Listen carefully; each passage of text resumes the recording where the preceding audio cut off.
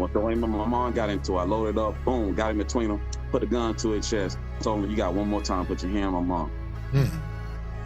And my mom just held me, and I think at that time, all the memories that took place came right at that moment. So Everson, thank you so much for joining us. And I know that you really enjoy sharing your story because you want to be a blessing to other people. And so that's so awesome. So you grew up in a 2-parent home with your mom, bonus dad, and how many siblings? There's 3 of us total.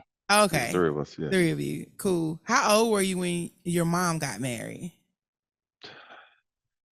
I want to say I was 10. Okay. 10 or 11 years old, yes. So you remember life before the marriage and everything. What was when she was dating your bonus dad, did you like him, or were you one of those kids like I was about to say? Because I was the only child. So I had that only child syndrome. I was very spoiled, before he came along. So yes. What types of things did he do to make you more comfortable with the relationship? It took me a minute to like him right off the bat. However, I tried to get into his world, because we was living here in the Atlanta area. And then when him and my mom got close, he moved us to North Carolina. So we went from southwest side of Atlanta to deep country in North Carolina. And so, that was a brave new world for me. So I just like, okay. And then, introduced me to deer hunting and part of North Carolina was this? Well, I raised in a city called Fort Barnwell, which is between Kinston and New Bern on the eastern. That is country. Eastern part, yes, very country. So that is. Yes. I know North Carolina well. That's country. So you went from being a complete city slicker to shooting deer. Absolutely. Do you still hunt? Shoot. No, I don't. My brothers do, but no, I don't. But I will go with them because just to have that brotherhood stuff, but I don't. But you know what you're doing. Yeah, I know what I'm doing. Yeah, absolutely. So you can feed the family. Yeah, I do. Absolutely. I still got that country in me, You fish too? But I will. I don't go now, but I will. You like I'm back to the city life. But you know what? I am country though. I appreciate the country roots in me because that was where my work ethic started. Right. I worked in the tobacco field at the age of 11. That's tough. So that was my summer job. So some of my friends that went to football camp and stuff, I wasn't able to do that sometimes. So, I had to be that country boy, learn on my own. But, that work ethic was hard. So even when I look at my 48 years of life, my work ethic is still the same. So, I appreciate hard work. Yeah, so you actually got the best of both worlds. You got, some street smarts from the city, and then you got some good work ethic from the country, and then boom, magic. Absolutely, yes. Cool. What did you learn about relationships watching your parents interact like that? Just over the years, being able to watch it. What are some of the takeaways that you got? The darkness that was taking place between my mom and my bonus dad, I made it, my light. I mentioned to you last evening that how God got me at an early age because he knew the journey throughout my life that I was going to travel down and what I was going to experience. And if I didn't tag along with my Heavenly Father, tell what type of story I would have had. However, my mom and my stepfather didn't have a great relationship. He was a truck driver, so he would travel a lot. But it was some good time, but it was some dark things there. A lot of dark things that made me envy him. And so domestic violence, man, it was serious. I came from that home. I came from that background, and that's on both sides because I experienced that from, bonus parents, stepfather and stepmother. So yeah. Oh. So but a couple, but it wasn't that great. I mean, we had some good time, but it wasn't that good though. Was he the inspiration for you driving trucks? Yeah, he was. I can say that he was. I began as throughout my life to learn how to love him. Get into his world. But he I shared some things with my bonus brothers. That caused me not to dive in as far as looking at him as a true father. Overall he had some good characteristics, but it was just some things one thing he mentioned to me, and let me know. And I told you I'll be transparent on this show. Yeah. Yeah, you know, yeah, that caused me not to love him like I wanted to him as a father.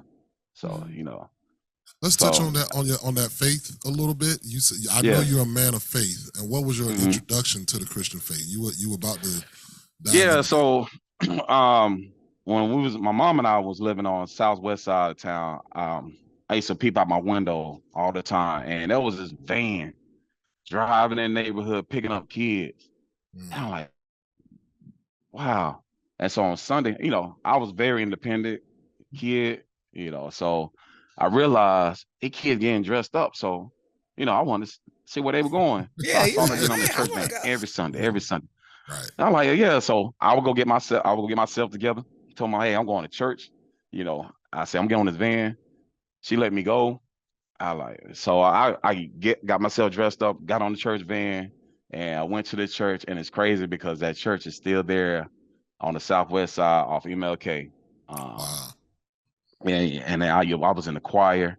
So my mom was in the church at the time. So I would go every Sunday and things of that nature. So between that and then going to church with my grandmother, and that was deep. 'Cause my grandmother lived off Carver Homes back in the day. It's a village Carver now, but she lived in Carver Homes. So I used to grow up in church with my mom, my grandmother. But that really hit me, and my faith was strong. I backslid from time to time, but As we all do. that was my call. That was my calling, though. I'm like, all right. So yes. I'm gonna be So real that's with one. you. Like as a kid, like I'm a church girl, but I'm a church girl Yeah, she because is. like we had to go. Like we didn't have a Right. choice. Absolutely. And given the choice, I promise you I wouldn't have gone. Like I as was a about kid, to. like when they say my mama drug me to church, yeah. Look, mama, daddy with drug. Like I remember sitting in church thinking, how before this preaching, how can I get out of here? And I Right. remember as a teenager, like leaving my eyes open long enough for my contact to dry out and fall out my eye. So I could So tell my you- mama that my contact fell out my eye so I could get out to go put it back in, just anything to get me out of the church. And I told her then, I said, you know what, when I get grown, I'm not Right. going to no church where they got preaching. I'm gonna go I to the got you. singing services and I'm not going to get preaching.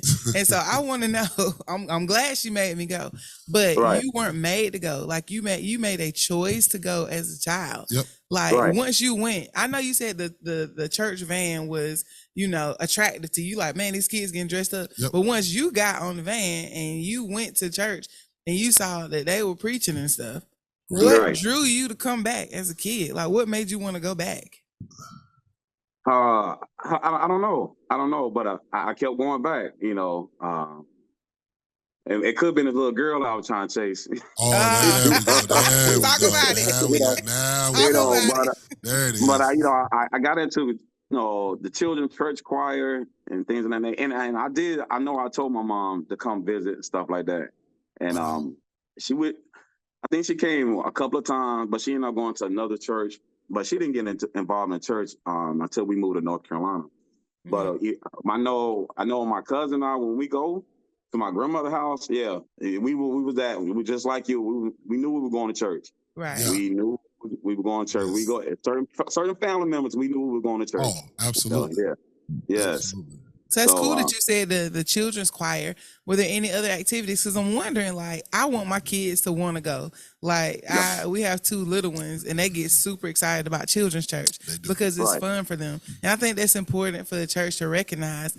Like, if you want the next generation to buy in, they're Yes. not gonna just come just to be coming. They Right. have to have a Absolutely. reason to want to be there. Absolutely. So Absolutely. having things for them to do.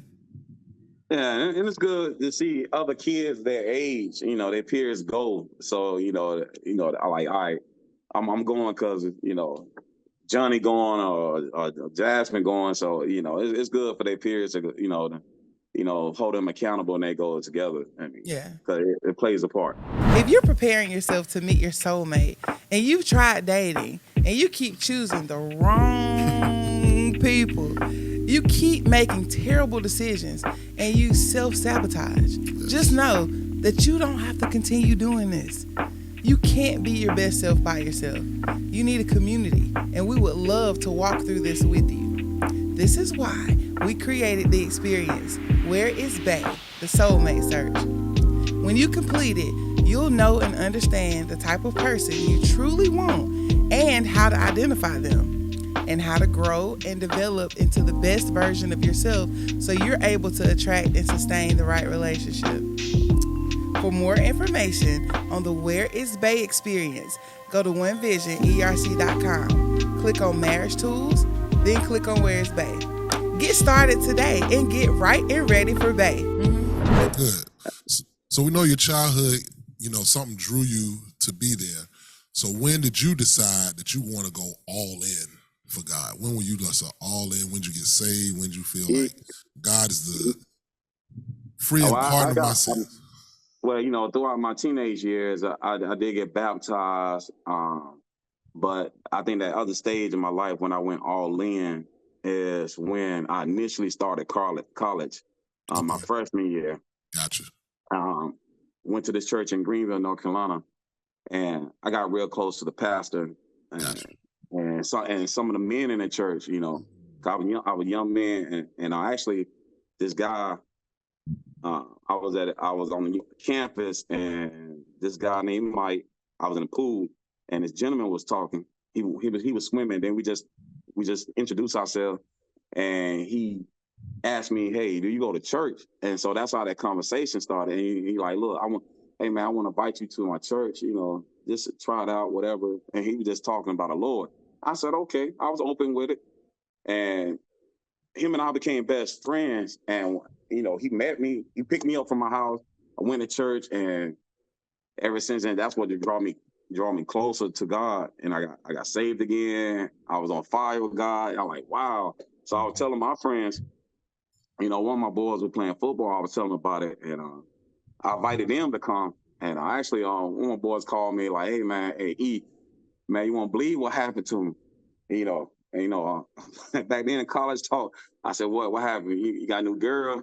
You got somebody?" Right. That ain't on their mind. Right. He said, "No, man, let's take a guess." Man, I did something today or other day. I said, "What?" And he said, "Man, I got saved. He got baptized." I said, "What?" I couldn't believe it. I'm like, "Man, where was I? Why you ain't tell me?" But, I was happy because I introduced him to the church, and he, It's a great feeling. So, yeah, it was a great feeling. So that was a different stage of my life right there. But, yeah.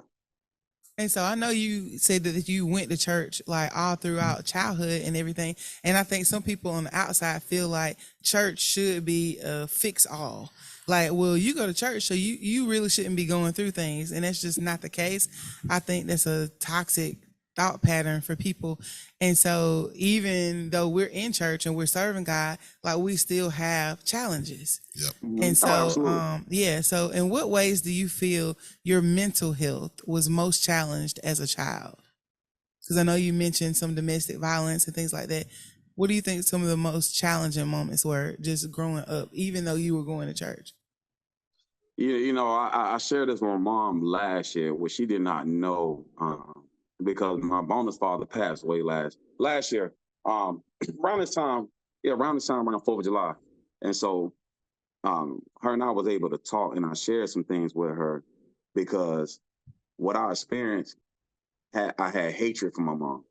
And I explained to her why I had hatred for her all these years. But a lot of it because of her with him.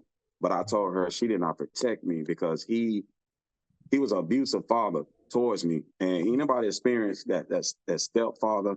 I don't like using the word step. I like using the word bonus. But, when you got that mean bonus, I like to call them step, But I told her, this man told me when I was the age of 7, I said, "Mother, you was outside with your girlfriend." My mom just went back to school, college.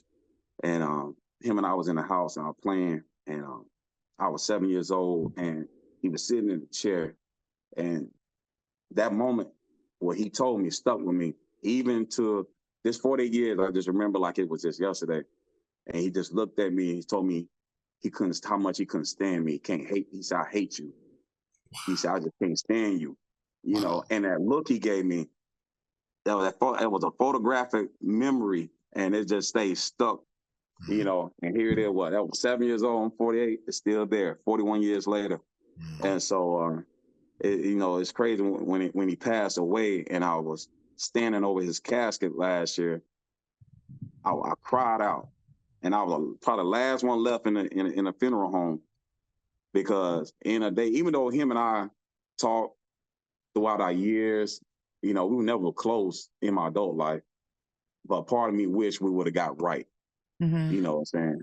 And, you know, apologize some things, but it never happened. He wasn't that guy. Right. Yeah, so with that, so everything he did after that, discipline, you know, I could tell you a story. You know, I felt everything he did was out of hatred, not out of love. Right. And, you know, and so I grew up with that pain. And so even when him and my mom got into a domestic, this is where God had me, because when I grew up and got into high school, I think him and my mom got into it one more time. This one instance on a Saturday, and we kept guns in the house because again we were hunting, so we had a lot of guns, rifle, shotgun, and of course in my bedroom I had 3. I had a shotgun, 12 gauge shotgun, loaded it up, had 5 in the chamber, one in the chamber, 5 in the magazine. Wow. Well, so when my mom got into it, I loaded up, boom, got in between them, put the gun to his chest, told him, you got one more time, put your hand on my mom. And my mom just held me, and I think at that time, all the memories that took place came right at that moment. Right. And I think besides my mom, I think God was right there. Don't do it, because my life could have changed. And, you know, we never had a good relationship, you know, since then. You know, I mean, it was casual. But I think he was more afraid of me then and stuff like that, because I just, you know, because I kept a gun with me, because we kept guns in the house. You know, I was just looking out like, man, you got one more time, and that was my mindset. And I just thank God, you know, nothing tragic happened out of that situation. You know, right? So, I could see that. I could see like every conversation you wanted to have with him. The image of, like you said, that 7-year-old picture of what he told you he couldn't stand you, and probably the incidents of you almost taking his life. Those images probably pop in your head in every conversation you have with him. So I can understand that's a difficult bridge to cross to build closeness. Absolutely. You know, because it was hard. And I told my mom, I shared a story with my mom last year, and I told her, I said, it's hard because even when I was playing sports in high school, I can count on one hand out of the 4 years in my high school years how many times they came to my game. You know, and it was hard. It was hard. You know, the support, the love. So I took that energy that I experienced and understand. And I told myself when I became a parent, this would not happen. This would not happen. And you know, that's why I get so much love, unconditional love to my children, you know, and support them and stuff. They may not agree with everything I have done and said, but I have a close relationship with all my children, you know, and I love them dearly. And, you know, I never wanted no child to ever experience that, you know. Right. And I'm like, wow. Well, that's beautiful. Yeah. And, you know, even to this day, current, it still plays a part. My relationship with my mom, it's not the best, even with my brothers, but we talk. But that unconditional love, you know, it's still not there like I wanted to. But I understand the assignment. I'm good with it. But my mom and I, you know, it's different because of, you know, her relationship with my father. I think she still carry that burden, and even when she look at me. So, you know, but I still love her. I still love her and respect her, and we just go from there. Just sometimes you just gotta leave people where they are. And it's a blessing that you have time. Like you say that you wish you had time with your bonus dad to make it right and have those conversations. So I'm glad that you have the time right now with your mom. to even grow from where you are right now. And then speaking on your bonus dad, some people could wonder, like, how could a grown man say something like that to a child? But if we're all honest, he may have been grown, but all grown people are not mature. Right. And so he could have been beefing with you as a 7-year-old because you did say that you weren't, happy about him coming into y'all's relationship. Right. And so I think some adults treat children Yes. like they're adults. Yep. And so he's like, this little dude don't like me. I don't like him either. Exactly. Just a really immature mindset, even though he's a grown man. And so, yeah. And he has influence more so to you than you to him. Absolutely. Absolutely. And, but, I look at people's mindset, and try to understand him even to this day, they still, he didn't have that great relationship with his own kids. Mm-hmm. So I expect him to treat me different, and it's crazy because even my bonus brothers and sisters, we all close, a couple of them I'm real close to. We communicate with each other, and they like totally different, totally different, from him. Except my one brother, he's still trying to make it out here in this world. But we do have that closeness, and they are different. And I share some things with them recently as well. Some things they knew, but some things they didn't. Because they was with their mom, and then military and stuff like that. So they wasn't around a lot. But that goes to show another thing that we have to look at when we're dating, especially if you have children going into a dating relationship, that it can't just be about how they make you feel and how much you like them, but how suitable will this person be for my children? Yes. And if they have kids, I got to see the relationship they have with their kids. Absolutely. Because you're about to be parenting my kids as well. Right. But see, that's why I touched on that healing part, because I heal, because I experienced, even with my bonus mother, I didn't share about, my bonus mother, I experienced a lot with her as well, because I used to go stay with my biological father throughout the summer. But my biological father was abusive as well, especially when he drank. And he was a womanizer. He put his hands on women. And that's what got him killed, several years ago. However, my sister mom, her mother was pregnant with her when I was in Cleveland, Ohio back then. And so, but her and I, we got close now. But what my stepmom went through with my dad, she took it out on me. And her and I, we went through it. we went through it. But I ended up going back, staying with my mom the following year. However, when I found my sister back in 2006, we reunited. However, her mother had the postcard I sent out to the address, but she didn't reach out till 2-3 months later. But when she called me, she was asking questions. And then when she got a good sense of security off our conversation, she told me who she was. And she's like, hey, we live in Hampton, Georgia, so you can come visit, okay. And so when I went to go visit in July of 2006, that was my first time seeing them since 87. And so we reunited, we hugged. But Mama Nita and I, we got right.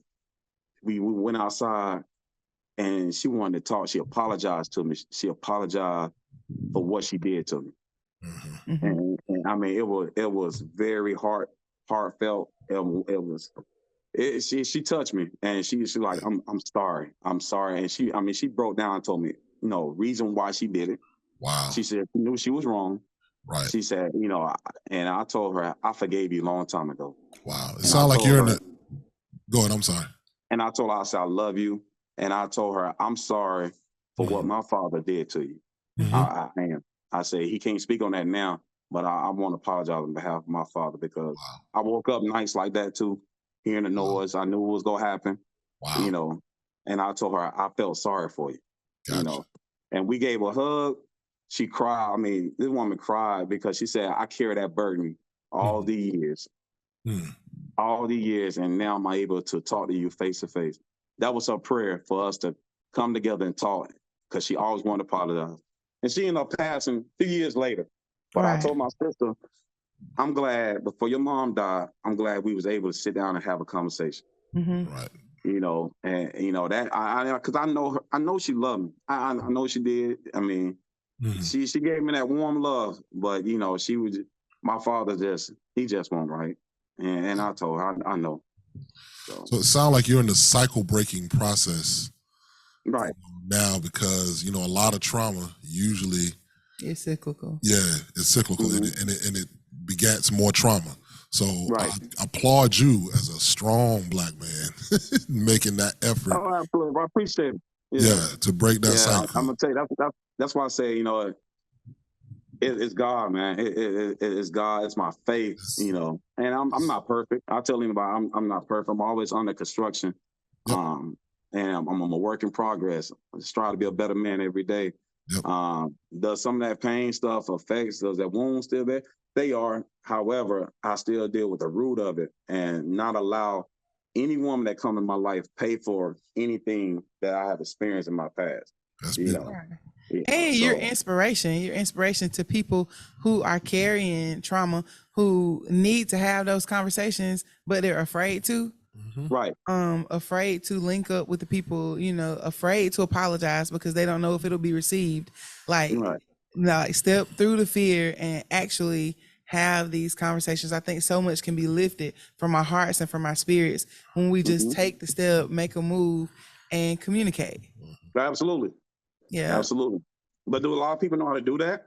They, they'll keep it embedded inside, and they just, they like a time bomb. They can go off at any time, and so that's why, I express to you that we have to, as men, have to have someone we can talk to, instead of carrying that burden inside, So because it feels good to release it. It does. It feels good to talk about it, release it. That poison. So. And since you were exposed to that type of violence early on, how did that affect your dating relationship, like as a teenager? Were you able to have healthy relationships with girls as a teen? Some yes and some no. I can't say when in my young stage I attract women, and I shared it with my mom, that was aggressive, abusive, and it's crazy because the cycle changes. I never wanted to be that guy that was like my father's. That abusive. I was going to give that love, that nourishment and stuff, but I had seemed like I had attracted women that had issues like that, like my father's stuff. I was in an abusive relationship. I getting stabbed before in a relationship, when I was in college. I had to withdraw out of school because I caught that charge. I caught that assault charge on back then, at that time, because society look at men like, okay, you putting your hand on this woman, and I'm like, no, I'm not. This woman is putting her hands on me, but of course, all she got to do is break down, start crying and stuff. Absolutely. And so I experienced that. And yes, and that assault charge came because this girl, was preventing me from leaving all this. So I experienced that, and I ended up pushing her. She hit her head on the floor, and that's how I caught the assault charge. But when I got stabbed, went in the hospital, I lied to the hospital, the people in the hospital, because she just finished nursing school, and I did not want to end her career. So it's like that protection. But of course, when I caught that charge and went to court, I never told the court, what I experienced, what took place with me. Right. And I ain't never been in trouble before until I started dating. So when I saw that, and I'm like, man, I was sharing with my mom. I'm like, what you went through, I'm going through it. Yep. I got these women. It's like I attract women that got hand problems. Cycles. And I'm like, yeah. So it's like, man. So let my mom tell her. She got this image of my father. Like, no, what you doing to them? My mom not doing anything to him. Right. I'm like, yeah, we get in an argument. But when we get in an argument, this is how they respond. And I'm like, man, I say, I feel like you in your relationships, And I say, I like, nah. So at some point, I had to break that cycle. Like, what is it, God, that I keep attracting these type of women, And not all of them was like that, but it's like, they had some healing. And, even now, I look at, because I do look at myself, what energy I bring, and then who I attract now. Because every stage, everybody love language is different, changes. And so my mindset, like, okay, what type of women I'm dating now? And it's like, God, some women I attract, it's a lot of people out here hurt. Mhm. There's a lot of people that have wounds on, I share my story with people, but a lot of people haven't healed. They haven't healed. And it's like, so Yep. when I get that energy, man, I'm gone. It's like, man, I'm gone because I went through the process. I went through the process again here. I've been to counseling. You and I spoke about mental illness. I dealt with that with my youngest son, so I know what that looked like, and which that plays a major part in relationships, and anything you do in life. So I kind of like shade away from that, Gotcha. So you've been married before, right? yes. Okay. What about your relationship with your ex-wives made you feel like they were your forever loves?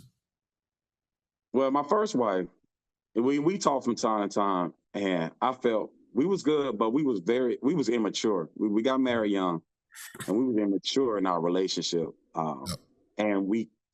And we had influence from the outside. They tell keep your family and people out your business, stuff like that. Yeah. Good luck. But her and I, we had fun. We were just immature.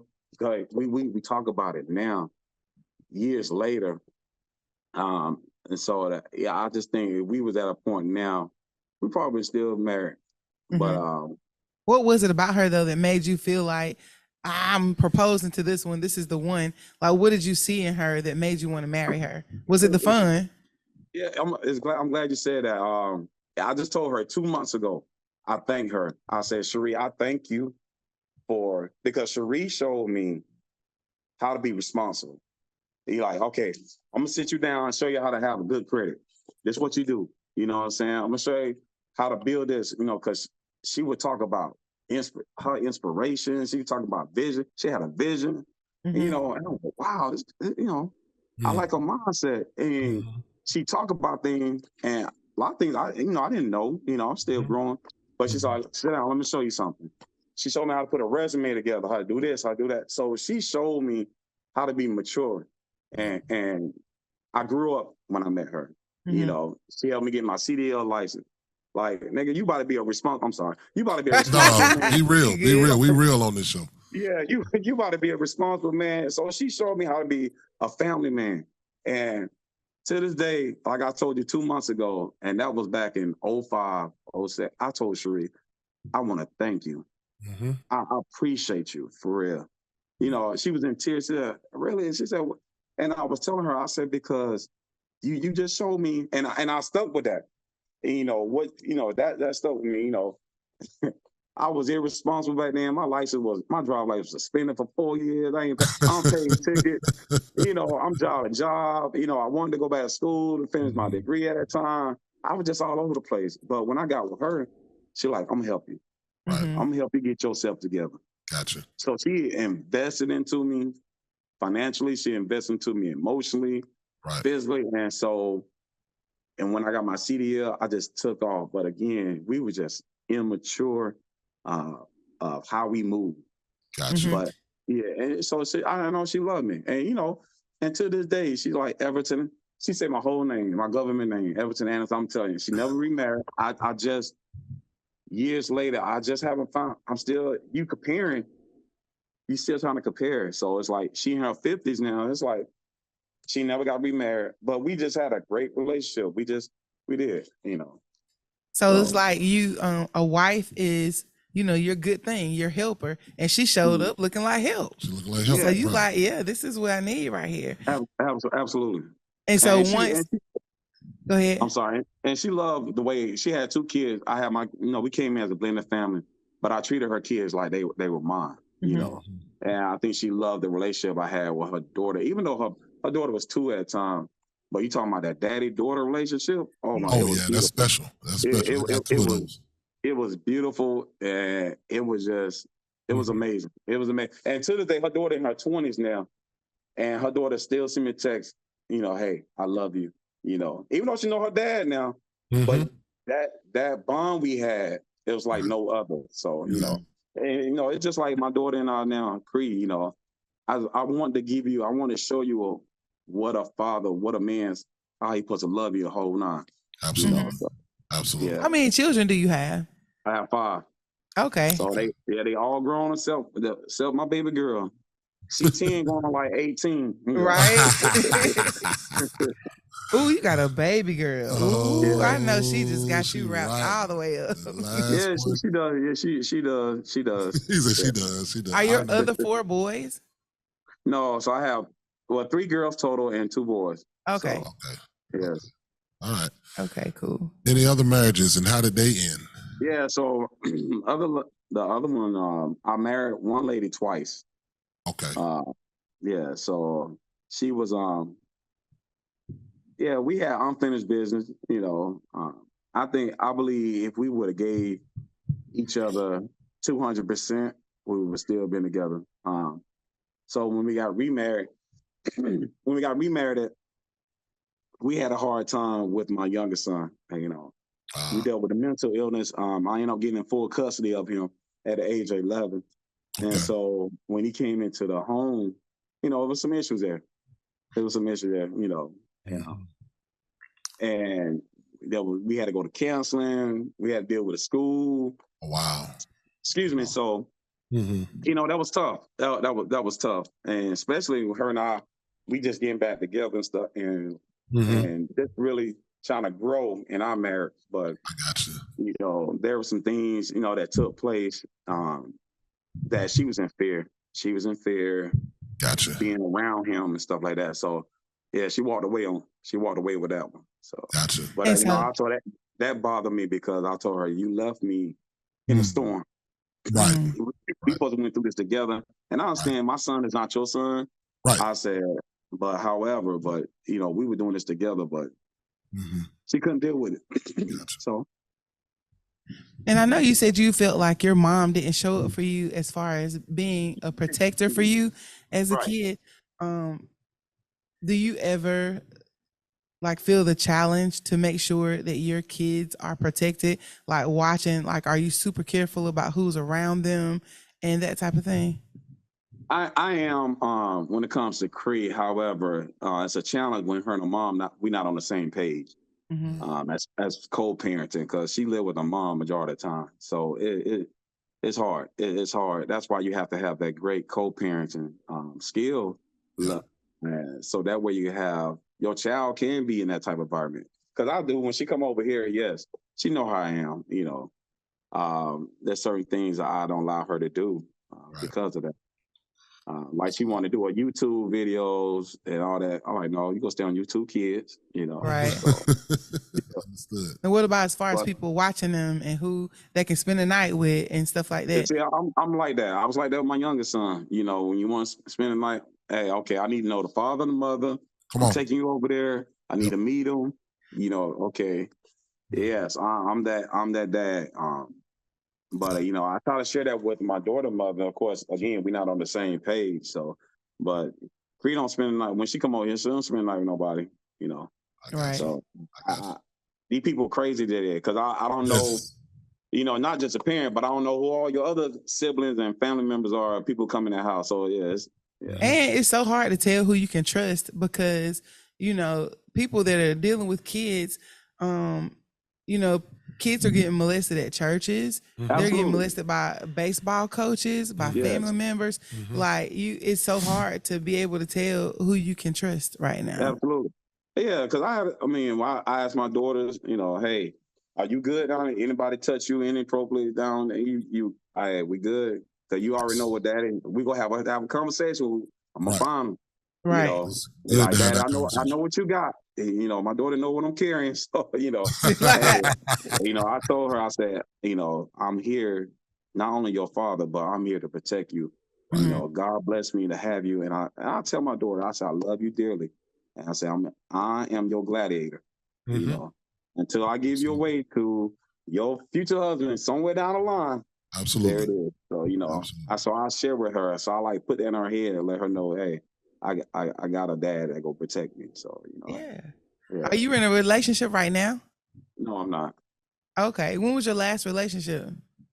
My last relationship was a few weeks ago. So Okay, Wow, fresh out. fresh out. Okay. yeah. So I was dating someone, and but you know, again, that didn't work out. So, you know, I look at signs, because when you know where you are in Mhm. life, you know, and when that person don't possess that, you know, you just, you know, I had to cut ties.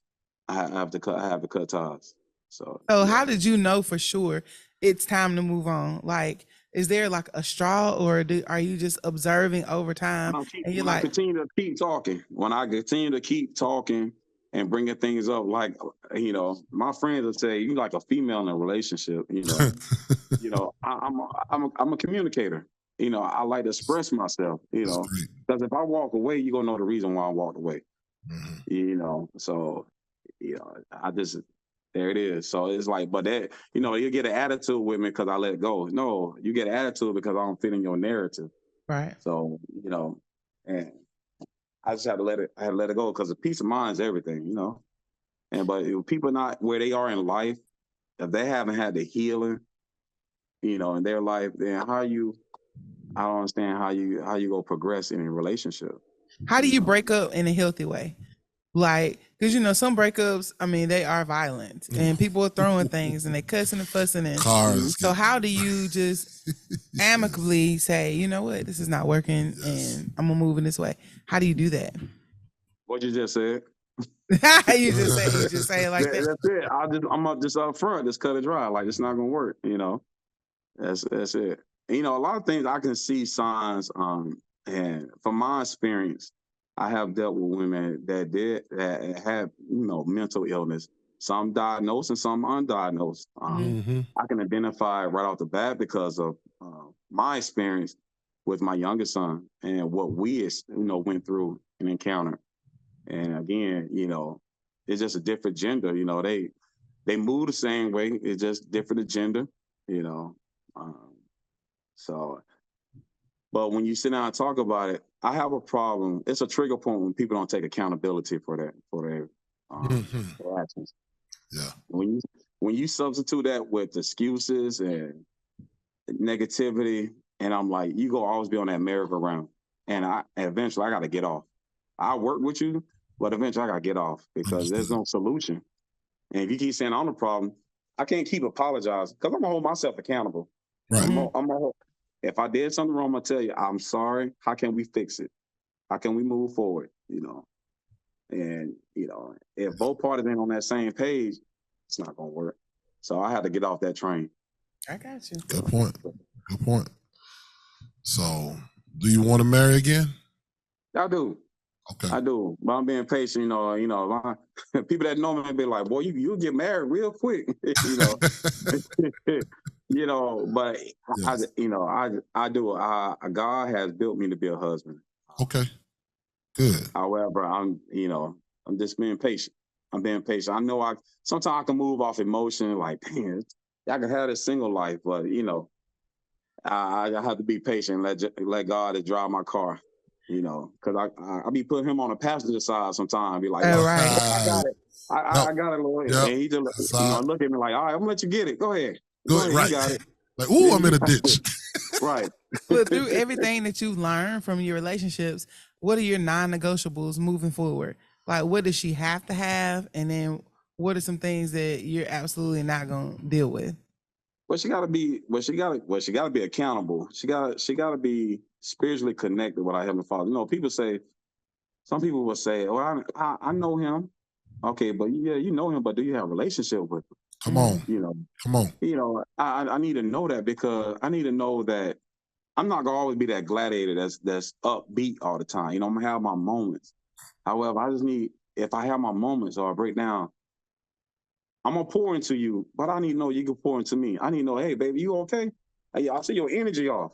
I said, hold on, let me pray for you or something. You know, we got this. You know, I tell women all the time, y'all, women are very powerful. Ooh. Oh, them words that come out your mouth is strong.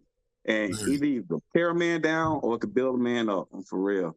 I said, so it's nothing like having that woman like that. So if I don't have that connection, and we not gonna make it, because at the end of the day, it takes work.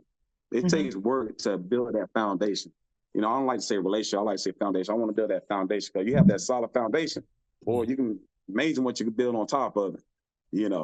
But I need to know that we can make it. So there are certain tangibles you need to have, bring to the table, and then just understanding what love language is about. You need to understand my love language, What is your primary love language? Words of affirmation? Yes, absolutely. Words of affirmation. Right now, words of affirmation, acts of service, quality time, physical touch, and gifts. That's the order. Okay. For me. Yeah. It could change in about 6 more months, It usually does. And I tell people that all the time, that it's important to continue to revisit, and as you evolve, communicate with your partner, because that happened with us. It did. Like, before we got married and had children, my primary love language was definitely physical touch. And mine was too. And so we were like, right there, we were like, as long as we touching and rubbing and touching, we had a good time with that one. Good. But yeah, after I had kids and, the demand on my time and on my body was greater, than acts of service got to be more important for me. Like, I feel love more now with acts of service than when, I still, enjoy a good pound time, but I need to feel love in some other ways at this time. So and acts of service is one of my weakest. So we had to learn how to, meet in the middle and be like, okay, how can I put my mindset to love her like she wants to be loved, not like how I want to give love. I got you. And I literally scored 0 for words of affirmation when I took the test. Right. So words are not that big for me. So I literally had to learn how to speak words of affirmation to him so that he could feel loved. I had to train myself on the types of things to say and how often I needed to say it so that he could feel love for me. So my question to you guys, all right, so that was your weakness. So how did you learn that? Like, how did you learn how to build that? Because I use, like, my ex, when I'm married twice, that was her weakness as well. But when she told me, but they grew up in a household, they not telling each other they love. Yes. They wasn't touchy feely, but their expression to show you love was giving gifts. If I give you money or I give you a gift, I'm showing you that I love you. Right. So they'll substitute that for that. So I just wonder, how did you build that? Because some people don't know how to grow. Yeah. That's a good point. One word: intentionality. Intentionality. I was very intentional about learning, because even though words of affirmation was not that important to me, it was to him, and he is important to me. And so I wanted to be intentional about making sure that he felt the love that I have for him. And so the way that needed to be packaged, he gets to decide that. I can't tell him how he needs to feel my love. He gets to tell me that. And I have to make the adjustment. And so even though the words of affirmation didn't flow naturally, I was intentional about, okay, how do I do this? What types of things do you need to hear me say? And even if it feels, it doesn't feel natural at first, right? You do it anyway. Right. Absolutely. You send the text messages. Yep. You say the words, and she'd be like, "You really like me saying that?" You like it when I say that? Yeah. Yes. So he had to be patient with me. Yes. I had to be patient with him as he taught me how to love him. Like Musiq Soulchild, teach me how to love you. Absolutely. Like that's not a crazy request. Absolutely. Your person, he is my person, he is my soulmate, and he still had to be taught how to love me in this season. And it might be different 2 years from now. I might have to say, look, I'm gonna have to tweak. We need to go through a little, course or something.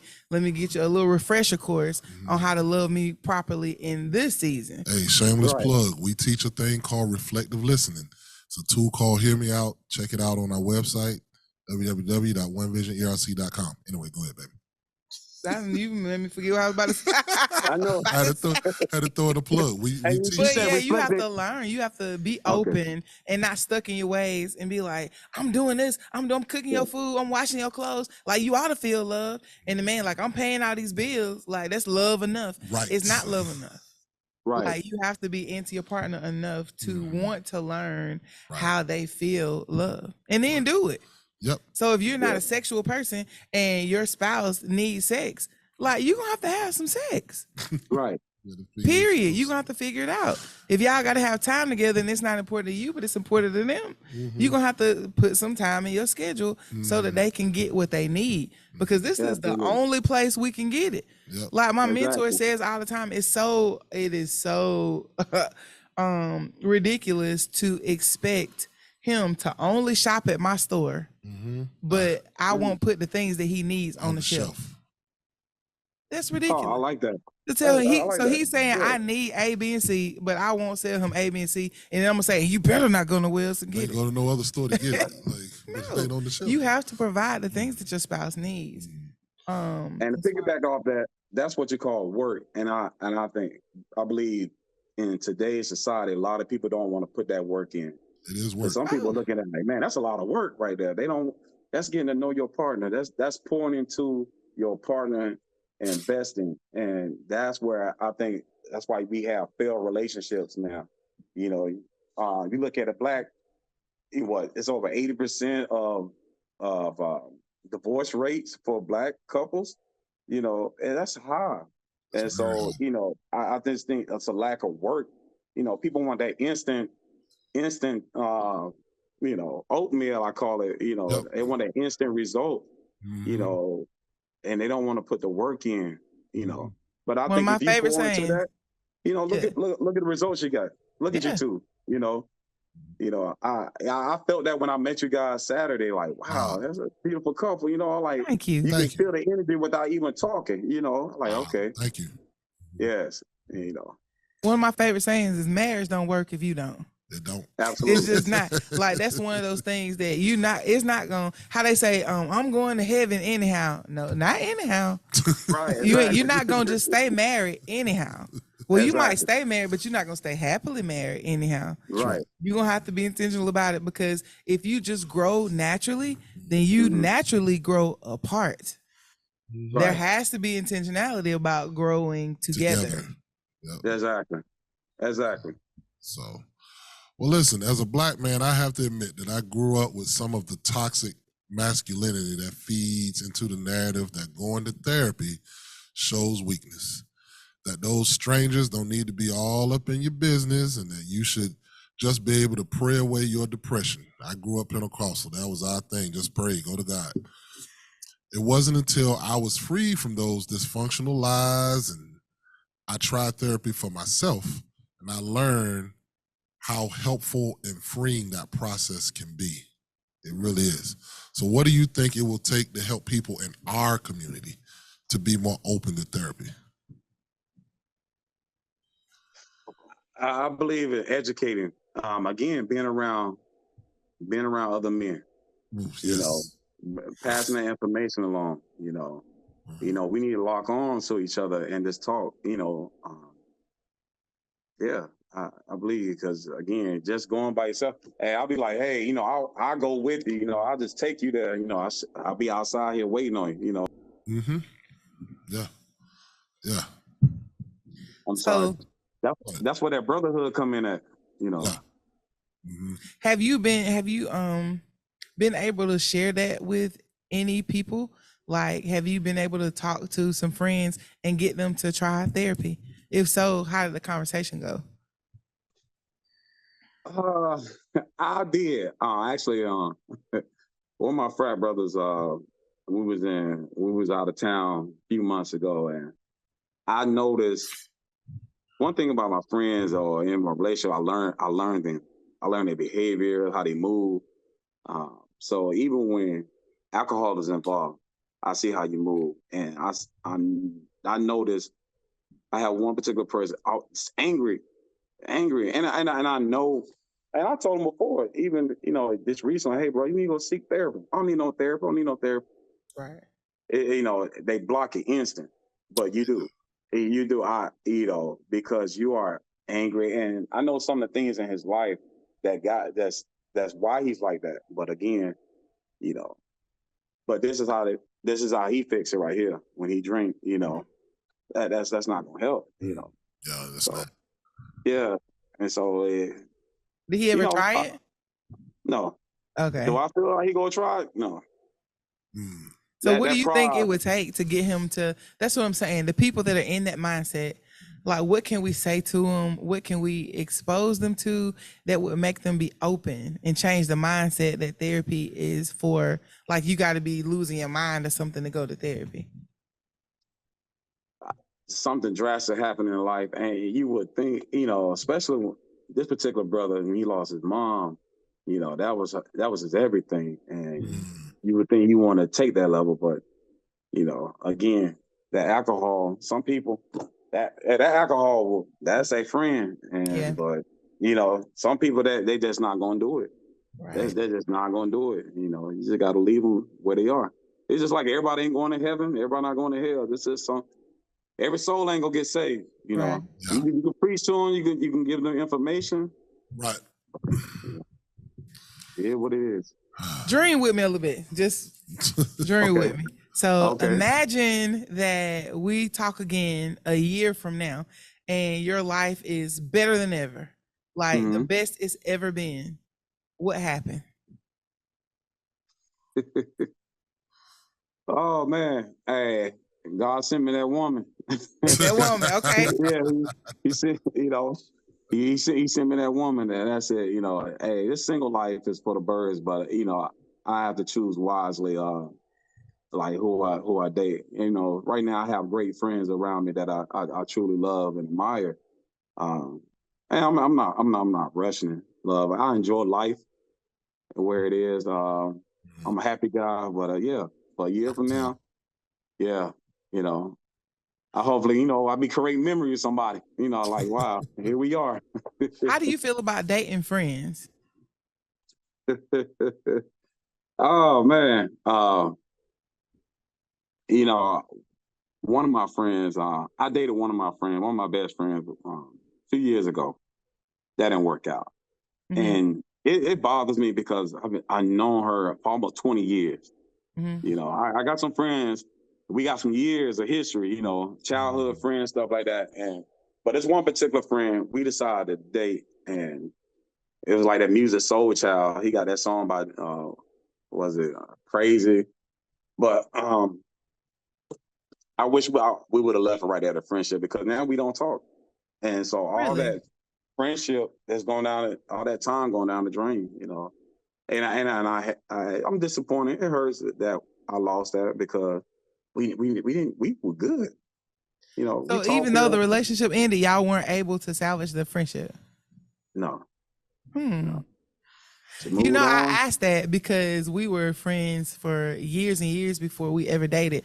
And I think that that's one of the things that's foundational for our marriage. Because even when we have, when we tripping on a marital tip, like we literally fall back on friendship. Yeah, we was like, what? Right now, as a husband, you get on my nerves real bad. Yeah, but put your friend hat on, because I need to talk to you about you on a friend level. I think it could work. But there are some friends of mine. I want to leave them right there because they're good to talk to. I have some friends. I enjoy talking to them on that level. I got one of my friends, she told me, I want to date you. She said, I love you, and I do. And when people see us together, they're like, dang, well, y'all like a powerful couple. But she said, what happened to you and old girl? See, no, I love, because I don't want to lose what we have. And we've been knowing each other since childhood. And it's like, the way we interact and stuff, like, I don't want to lose that touch, So, some people just got to leave. I love what we are. I love that energy. I can talk to some of my male friends and my female friends, and there's no expectation, right. And we good.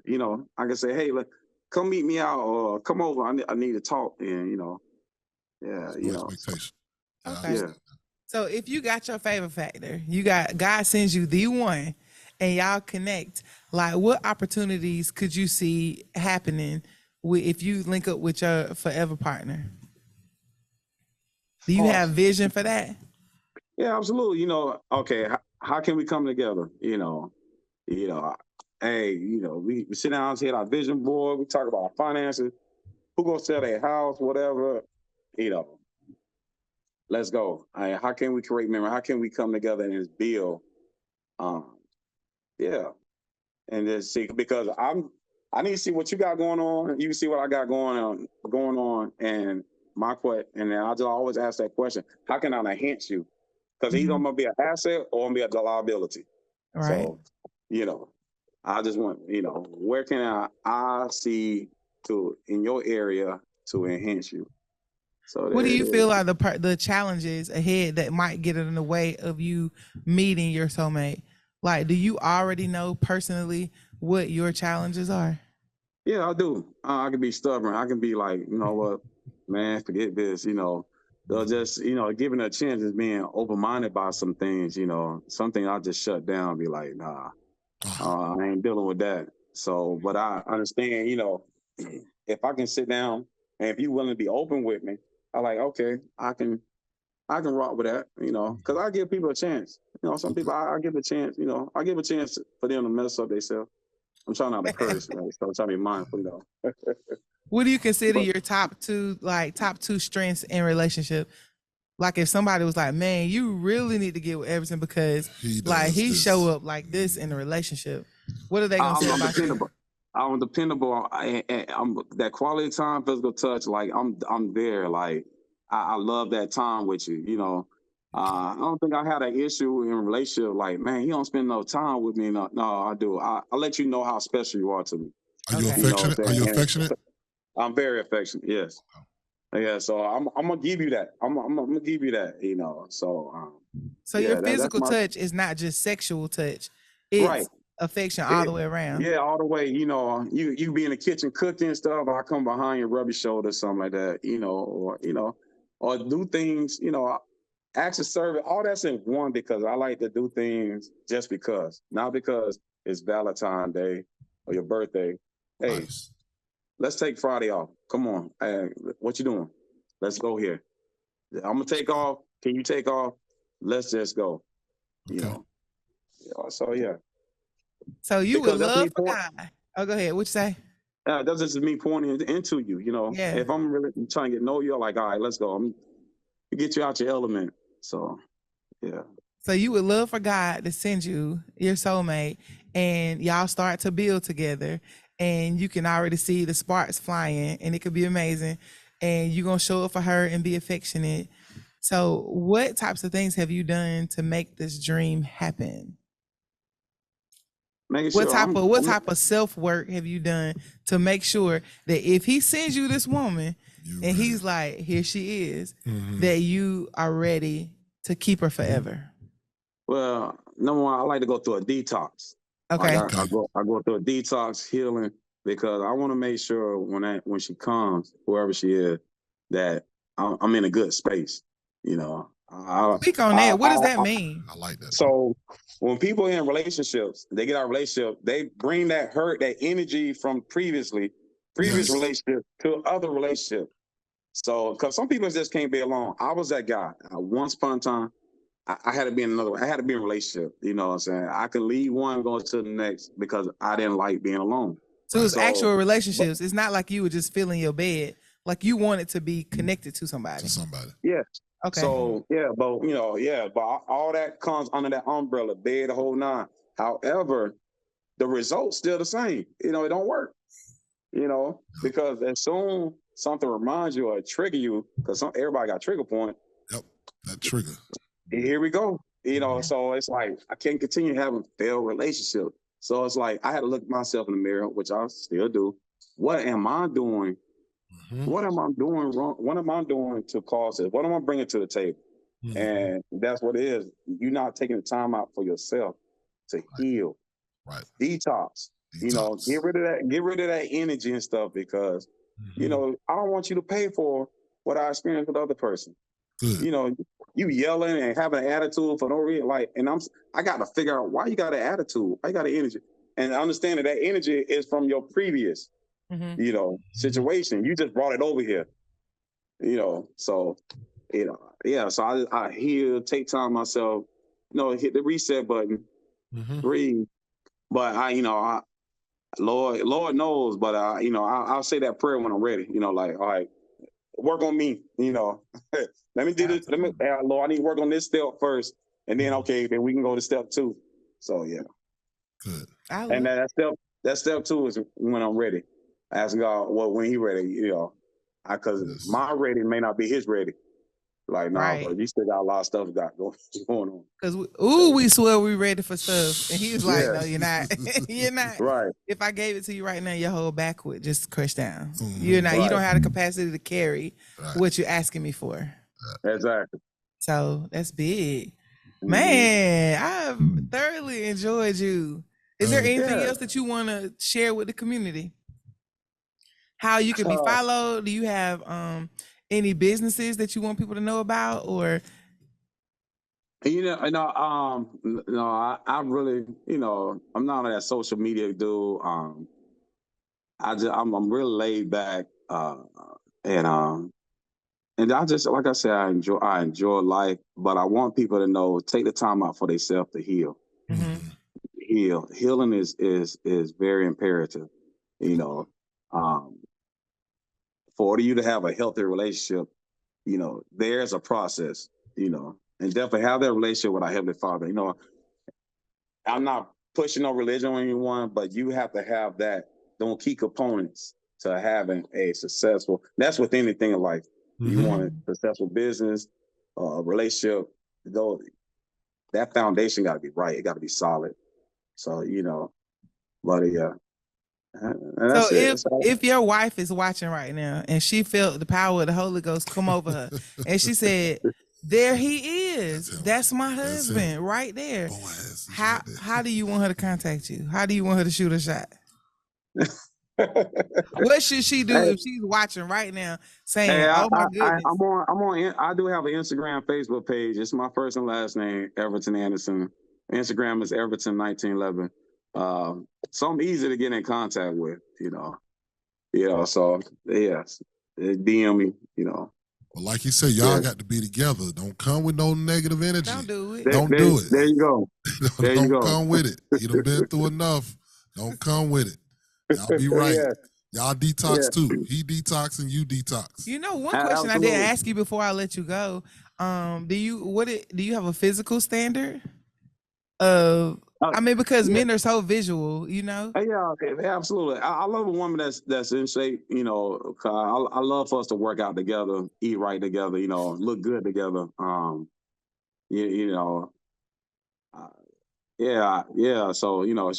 she ain't got to have them BBL stuff, but, I just, as long as she take care of herself. Now, my standard, I feel like if a woman take care of herself, she can take care of me. You know what I'm saying? So I feel, because that takes discipline. It takes discipline to take care of your temple. And so I feel if you take care of yourself, you do a self-care on a different level, I feel you'll be all right with me, Yes. So when we speak about principles and characteristics, yes, being disciplined, that's big. That's big. So you don't have like height requirements or a certain type that you go for? Just beautiful and well kept. Yeah, absolutely. Absolutely, yes. I got one of my best friends. She just came in the door, and now that's the one I was telling you about. I had about the podcast stuff, but yeah. So we do things together from time to time. So yeah. So we we good over here. So I like a woman who just take care of herself. Yeah. Okay. Good. Okay, cool. Well, y'all heard it here. That's how you get in touch with him if you want to talk. We appreciate you so much. Thank you for being transparent and absolutely. open.